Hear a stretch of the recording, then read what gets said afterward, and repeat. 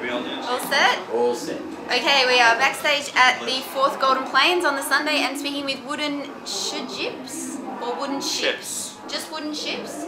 Okay, I have to ask, what's with the J? Is it just a spelling error or how did it happen? Order for my sonnies on Everyone's gonna look at me for every question. Okay, the J was kind of a joke, and we were trying to make it look Swedish. Yeah, like Swedish words sometimes have like odd consonants. Like sort of Welsh words. You know, there's not a vowel to be seen. Oh yeah, Welsh apparently words. they can say Yeah, exactly. So it was kind of a joke, and then at the time it didn't really matter because no one knew who we were anyway. But it doesn't affect how you say it. No, it's silent. It's silent, yeah. So Silent J. Was someone a fan of wooden shipbuilding, or did it just happen? It was sort of a dual thing. It was sort of a tribute to Wooden Shjips is a song by Crosby, Stills and Nash did it, but Jefferson Airplane as well. So it was sort of a tongue-in-cheek sort of tribute to the '60s San Francisco thing. It was like a Paul Kantner, Crosby, Stills and Nash song, and also to Swedish. At the time, I was really into Swedish psych, and one of the first Wooden Shjips band, one of the people in it was Swedish, and so we thought it would be funny to make. The conversation was, what would be a great name for like a hippie jam band?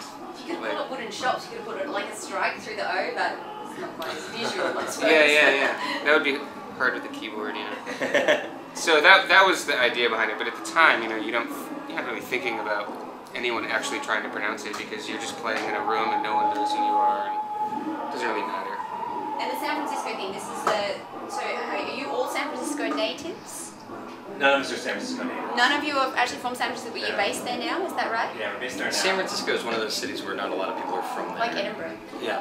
Yeah, so what drew you to San Francisco? I moved there to play music in 1994. From where? From Iowa. Oh yeah, wow. The middle of the United States. Right smack in Is the that middle. corn or potatoes? Corn, I forget. not Corn. potatoes. Okay. That's Idaho is the That's Idaho is potatoes. potatoes. And Ohio is something else entirely. So Iowa and it's corn. A lot of soybeans and hogs as well. But flat, right? It gets that reputation. Gently Not rolling culturally, hills. otherwise. No, gently rolling hills. Amber fields of grey, kind of that kind of thing. Yeah. Waves of grey. Anyway, and Omar, where did you move from? North Carolina. North Carolina. And Eric? Connecticut. Connecticut. And I was from Vermont, grew up in Vermont. Okay, and did you actually meet in San Francisco?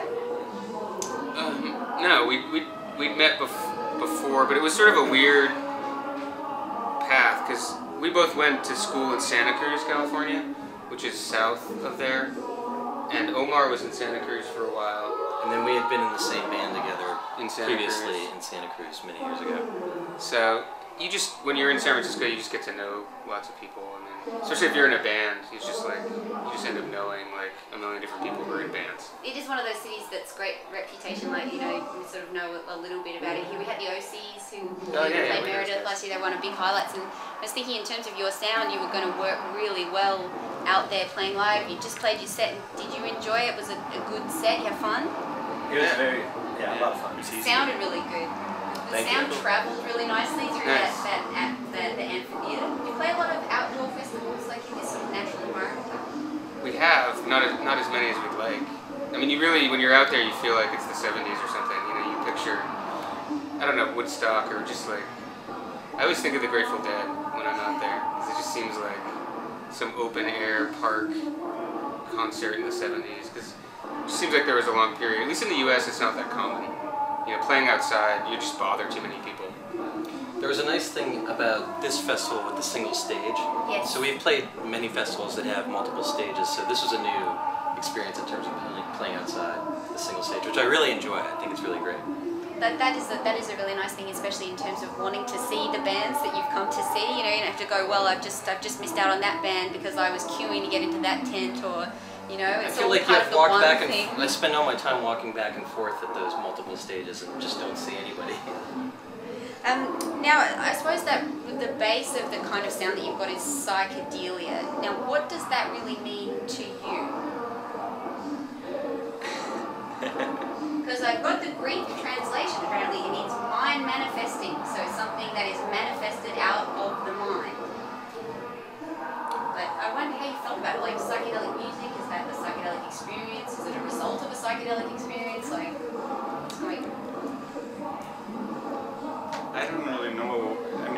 all music is that. So it seems that when people talk about music, they're talking about something else. And in this case, I mean, there's all kinds of psychedelic music. Very much unlike what we are, for instance. I like their Satanic Majesty's Request, the Rolling Stones. It's a psychedelic album, entirely different from what we're doing. And then what we're doing more like a trance, I guess, type of psychedelia.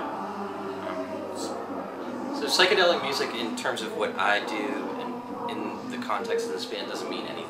Yeah. At all. It has no meaning whatsoever to me. I think of rock.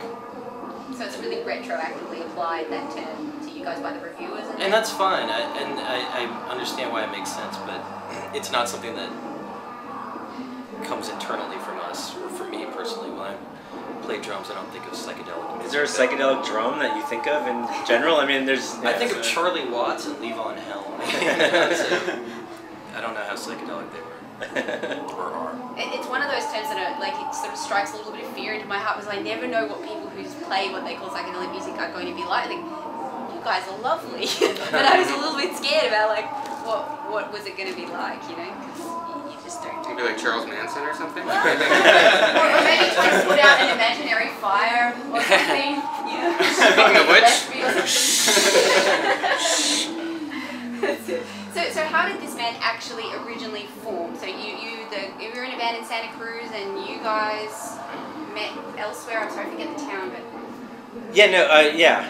So essentially, it was, I don't know, in the maybe 8 years ago or something, Ripley came to me and said, hey, I want to start a band with non-musicians. And so he gathered me and a couple other friends to play music, and you know, he knows how to play guitar, but the rest of us didn't really know what we were doing with their instruments. And so we had that going on for a couple of years, where we would go and get together and jam out and play, you know, some of the songs that we're actually doing now. Like we started working on some of those songs back then, but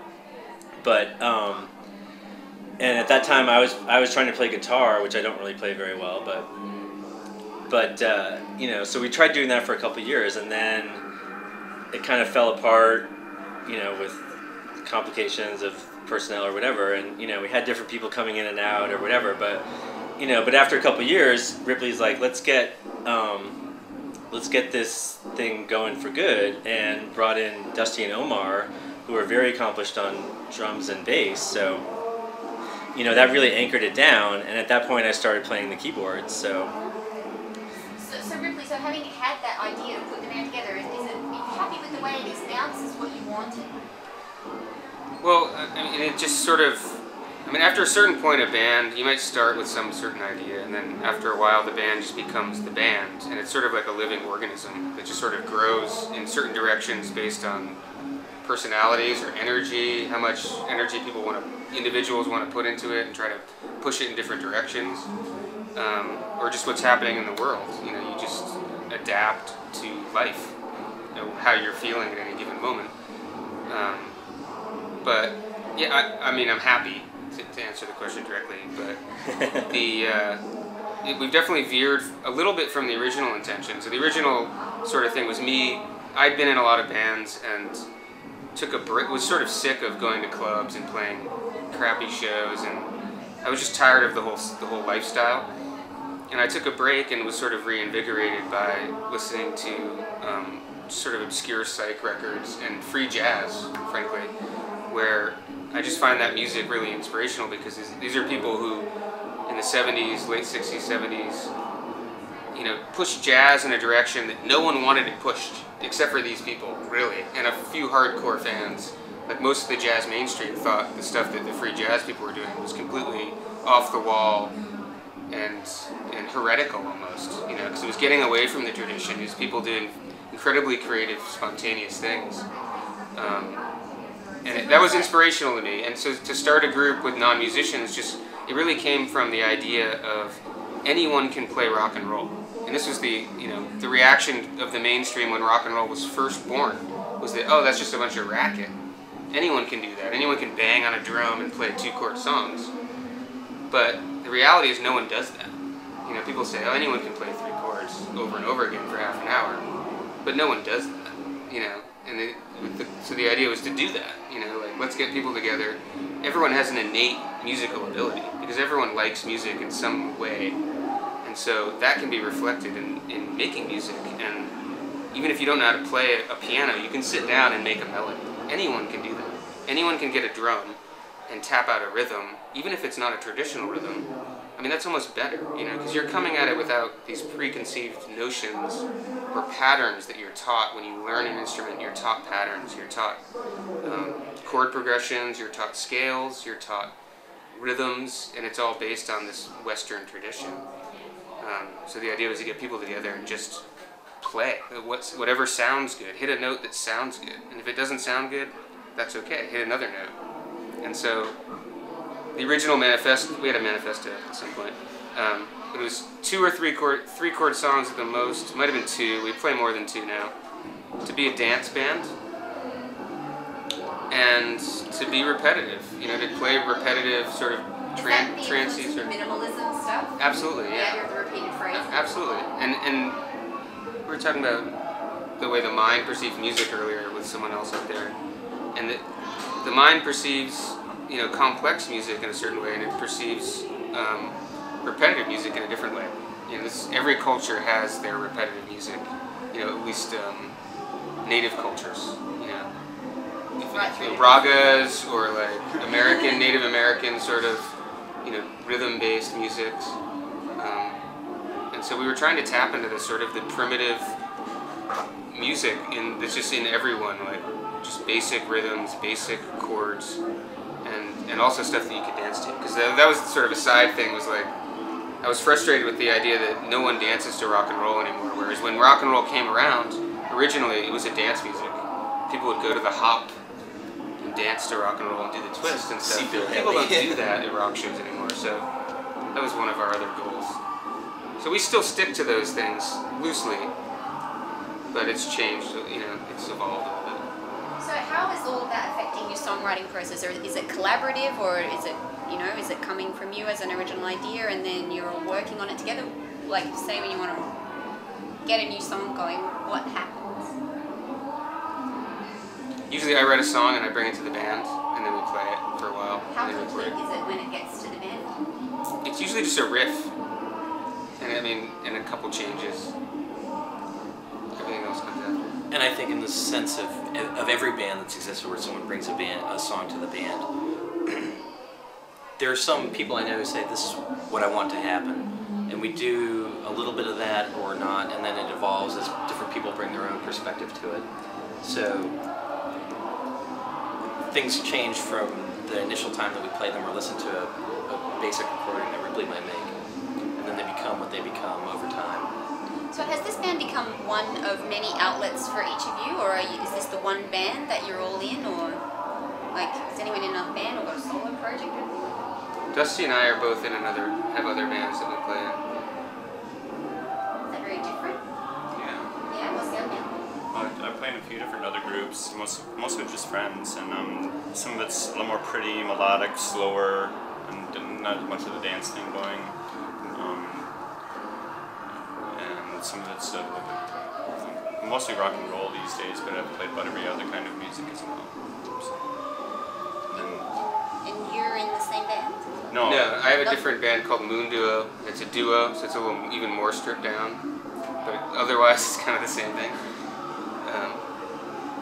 This is my only band, but not my only outlet. I'm imagining your house now, like drawings on the wall. It's like a story. And you, Nick? This is the only band I've ever played in my life, so. He's the holdout from the original band of non-musicians, which is, it's important, I think. He brings the flavor.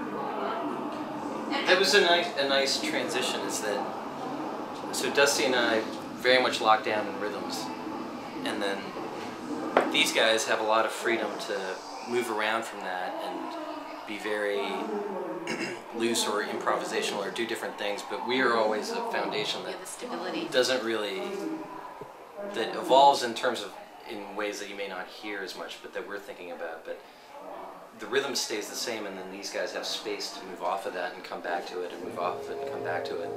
And so there is a very free sort of psychedelic improvisational thing that these guys might do, but we stay at home.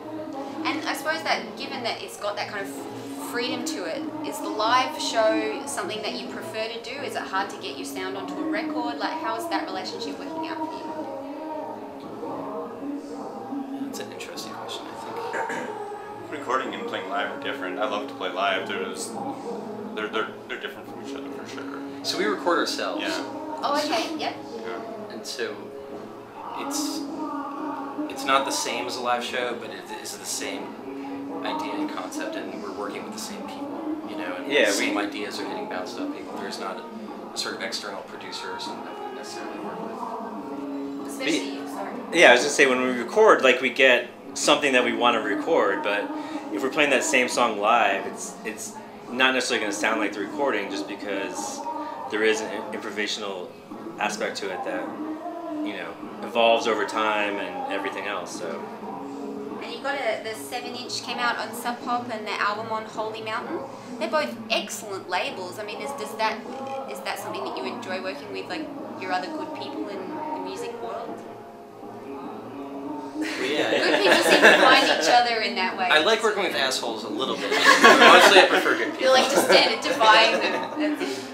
You want me to play G? Fuck you. the person who runs Holy Mountain is great, and it's been great working with him. Ripley and he forged their initial relationship, and it's evolved over time. And Sub Pop is sort of a legendary label, and having them do the 7-inch is great. Excellent. Well, I guess that's really all I had in mind to ask you. Thank you very much for taking the time. It's lovely to meet you all. Oh, thank you so Likewise, much. thank you. And enjoy the rest of it. It's going to piss down in Is about it? Is like it gonna 20 happen? minutes. It could be bad. So like if you have any like precious things, I mean, keep them. I have to say, I'll add one thing in, is that we have had good luck traveling places that traditionally have a lot of rain and having it go Got away so lucky with this for the festival moments too. that It we was sunny. play. It's been, we have our California aura that's traveled with us. It's nice. Yeah, I mean this is very unusual weather. It's really clammy and. Yeah. We were in Wales last year, and we were really decked out for the rain, and it was the most gorgeous, sunny, beautiful weather anyone's ever seen. Yeah. You never know what to put in your bag. Yeah.